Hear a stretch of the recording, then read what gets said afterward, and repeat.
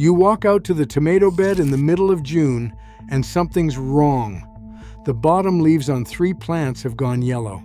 The new growth up top is wilting even though you watered yesterday, and the soil's still damp to the touch.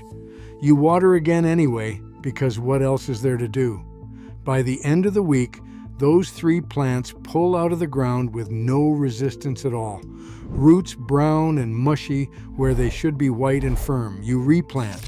2 more go the same way, then the peppers start showing the same yellowing along the bottom. So you drive to the garden center. The fella there sells you a fungicide for $30. Doesn't help. He sells you a root stimulator for $25. Doesn't help. He sells you a bag of microbial soil powder for another $20. Doesn't help either.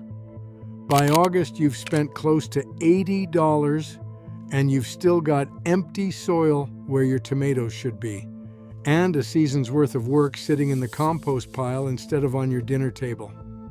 There's a bottle of hydrogen peroxide sitting in my garden shed that cost me a few dollars, and it's been there longer than most of those specialty products have even existed. It handles root rot, contaminated pots, poor germination, fungal leaf disease, and waterlogged soil better than any of those 3 products combined. And it does it for pennies instead of dollars. My own father kept one on the shelf the same way, right next to the twine and the pruning shears, and he never once bought a separate bottle for a separate garden problem. Every careful gardener before the garden center started selling you 8 different products for 8 different problems knew that one brown bottle did most of the work and did it well. I'm going to walk you through 8 real uses of that bottle in your garden and around your houseplants. The same ones I've been using in my own beds and pots for years. Nothing invented, nothing borrowed from some story about a buried government paper you'll never find. Just old methods that got pushed aside once there was more money in selling you 8 different products instead of one plain bottle that already did the job. Number 1, treating root rot.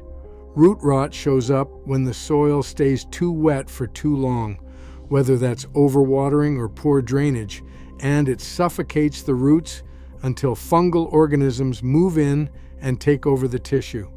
Tomatoes, peppers, squash, and most anything in a raised bed with heavy clay underneath are especially prone to it. You'll see it as wilting even in wet soil, yellowing from the bottom leaves up, and new growth that just stalls out no matter how much you water. Left alone, the plant dies within a couple of weeks, and by the time you notice, the damage below the soil is often already extensive. Hydrogen peroxide handles this through plain oxidation. It breaks down into water and oxygen, and that burst of oxygen does 2 things at once. It damages the rot-causing organisms on contact, and it feeds the healthy roots that are still fighting to survive in oxygen-starved soil. Drench the soil around the base of a struggling plant with a light peroxide and water mix, and repeat every few days for a couple of weeks until you see new white root growth coming in near the surface. But here's the honest part most folks skip. Peroxide alone doesn't fix root rot. You've got to treat the pathogen with the drench, trim away the black slimy roots you can get to with clean scissors, and fix whatever's actually causing the wet soil in the first place, whether that's watering too often, poor drainage, or a low spot that never dries out. Do all 3 together and the plant recovers. Do just the peroxide drench and keep the same watering habits, and you're only buying time before the same 3 plants die again next season. Number 2, sanitizing pots, trays, and tools. This is the step most home gardeners skip entirely, and it costs them seedlings every single spring without them ever knowing why. Old containers and tools carry fungal spores, bacterial residue, and pest eggs left over from last season, sitting quiet in the material through the whole winter. Those are often what's actually killing seedlings in their second week of growth, long before anyone thinks to blame the containers themselves rather than the seed or the soil. Rinse out old soil and clean water from your pots first, then spray the inside and outside with hydrogen peroxide straight from the bottle, or soak heavily contaminated pots in a peroxide solution for half an hour if they've been sitting dirty since last fall. Wipe your pruners and trowels down with it too, and let them sit for a minute before rinsing clean, especially if you've been cutting away disease growth with them. Do this once before every planting season starts in late winter, and the mystery deaths in your seedling trays largely disappear. Number 3, soaking seeds for better germination. This one genuinely surprises people the first time they try it. Seeds have a natural coating meant to protect them through winter storage, and that same coating slows down water getting in come spring, which is part of why some seed packets germinate unevenly or not at all. A brief peroxide soak softens that coating, clears off surface pathogens that would otherwise attack the seedling as it emerges, and delivers a bit of extra oxygen straight to the embryo inside. Mix a small amount of peroxide into a bowl of warm water, not hot, and soak your seeds before planting. A short soak for small seeds like lettuce or carrot, a longer soak for something like cucumber or squash, and the longest soak for big seeds like beans and corn. Plant them. Right after soaking, don't let them dry back out first, or you lose most of the benefit. Cucumber seeds that usually take over a week to come up will often show in 5 days. I've had bean seed that sat in a jar in the pantry for 3 years, starting to look questionable, still put out a solid, even stand after a peroxide soak the night before planting. Number 4, foliar spray for fungal leaf disease.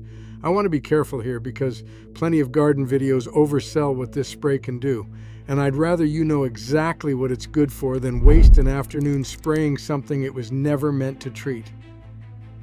Here's the honest scope. It genuinely helps with powdery mildew on squash and cucumber leaves, downy mildew on lettuce and basil, leaf spot on tomatoes and peppers, and black spot on roses. It does not help with insects, aphids, spider mites, or beetles, so don't reach for it expecting pest control. Use neem oil or insecticidal soap for that instead. Bacterial leaf diseases respond better to a copper-based spray, and viral plant diseases aren't treatable at all. An infected plant there needs to come out of the garden entirely. This is a fungal disease tool, not an all-purpose spray, and knowing the difference saves you a wasted season. Mix a much weaker solution than you'd use on soil, since leaves burn far more easily than roots do, and spray it on in the early morning or evening. Never in hot, direct sun, where it can scorch the tissue. Coat both sides of the affected leaves and repeat every few days until the visible fungal growth clears up. Test it on a single leaf first and wait a full day before spraying the whole plant, since some plants, peace lilies and African violets especially, are noticeably more sensitive than most vegetable garden plants. Number 5, oxygenating waterlogged or compacted soil. This one's for the soil itself rather than any single plant. Heavy clay that won't drain, garden beds that stay soggy well after everything else has dried, low spots where water pools for hours after every rain, all of that suffocates roots and creates exactly the anaerobic conditions root rot pathogens love in the first place. A light peroxide drench over the whole bed releases oxygen into that suffocating root zone and gives the surviving roots some breathing room while you work on the actual fix. This isn't a permanent fix, and it isn't fertilizer. The oxygen boost lasts hours, not weeks. Water the whole affected area with a light peroxide solution once a week during the growing season if a bed stays chronically wet. But the real fix is improving the soil itself, adding organic matter, raising the bed, or redirecting where the water's actually coming from. I've got a low corner of my own garden where spring runoff used to pool for days, and I treat it through the wettest stretch of the season while the drainage trench I dug does the actual long-term work. The peroxide is the patch. The trench is the cure. Number 6, reviving an overwatered house plant. Outdoors, this is root rot. Indoors, it's the single most common way people accidentally kill a houseplant, watering out of habit on a schedule instead of actual need until the roots start to suffocate in a pot with nowhere for the water to go. Peace lilies and pothos are especially prone to this, mostly because they're forgiving enough that people keep watering right through the early warning signs. If a plant's wilting despite damp soil, or the leaves have gone soft and yellow from the bottom up, pull it gently from the pot and take a look at the roots. Healthy roots are white and firm. Rotted ones are brown and mushy and often smell sour. Trim away what's rotted. Let the remaining root ball dry out for a day, then repot into fresh, well-draining soil and give it a light peroxide drench instead of plain water for the first couple of waterings. It helps knock back whatever fungal growth has already started while the plant recovers, and it's a lot gentler on the remaining healthy roots than most people expect. Number 7, clearing fungus gnats from potting soil. Those tiny black flies hovering around your houseplants aren't just annoying, they're breeding in the top inch of damp potting soil. And by the time you're seeing adults buzzing around, there are already larvae feeding on the fine root hairs below the surface. Water your plant with a light peroxide solution instead of plain water. You'll see it fizz slightly when it hits the soil. That's the peroxide reaching the larvae and eggs, while also giving the roots a small oxygen boost of its own. Do this every time you'd normally water for a couple weeks, and let the soil dry out a bit more between waterings than you have been, since overly damp soil near the surface is what invited the gnats in the first place. Pair it with a few yellow sticky traps for the adults still flying around, and the population collapses within a couple of generations instead of dragging on all season. Number 8, extending the life of cut flowers. A vase of cut flowers dies faster than it needs to, mostly because of bacteria multiplying in the water, not because the flowers themselves gave out early. That bacterial film clogs the cut end of the stem and keeps it from drawing water up the way it should. A small splash of peroxide in the vase water keeps that bacterial growth down, which means the stems stay able to draw water and keep the whole arrangement upright and fresh longer. Roses and tulips respond especially well to it. Change the water and add a fresh splash every couple of days, and trim a bit off the stems each time so they've got a clean cut to drink through. It's a small thing, but a bouquet that would normally droop by day 4 will often still look good a few days past that, all from the same bottle sitting out in your garden shed. Now, the honest safety word, because it matters every time I bring this bottle up, and I'd rather repeat myself than have somebody get hurt trying one of these. Always use the regular 3% strength from the drugstore, never the concentrated food-grade version sold online.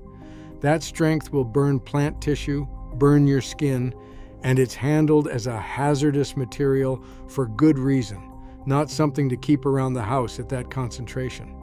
Never mix peroxide with vinegar. That combination creates a corrosive irritant you don't want to breathe. Never mix it with bleach. That combination creates dangerous fumes, full stop, no exceptions for gardening. Match the strength to the job. Soil treatments can take more concentration than anything going on a leaf, and stronger is never better. It just burns what you're trying to help. Keep it in its original dark bottle in a cool spot out of direct light, since light breaks it down and leaves you with what's basically plain water after a while. Stored properly, a bottle holds its full strength for 2 to 3 years, so there's no rush to use up an entire bottle in one weekend. And test sensitive plants, peace lilies, African violets, begonias, and orchids especially, on one leaf before treating the whole plant, and keep it out of reach of kids and pets the same as you would anything else in the garden shed. Look at what those 8 uses actually replace. A root rot fungicide runs you $20 to $40. A container sanitizer, another $12 to $20. A seed germination booster, $10 to $20 more. A fungal leaf spray, $15 to $30. A soil conditioner for compacted beds, another $10 or so. Add up a typical season of specialty garden products, and you're looking at somewhere between $70 and $150 every single year for problems. 1 $3 bottle handles on its own. 2 bottles usually gets a home garden and a few houseplants through an entire growing season. That's not a one-time saving, that's every year you keep gardening. 8 uses, 1 bottle, a few dollars a season, replacing what would otherwise be 4 or 5 specialty products at the garden center.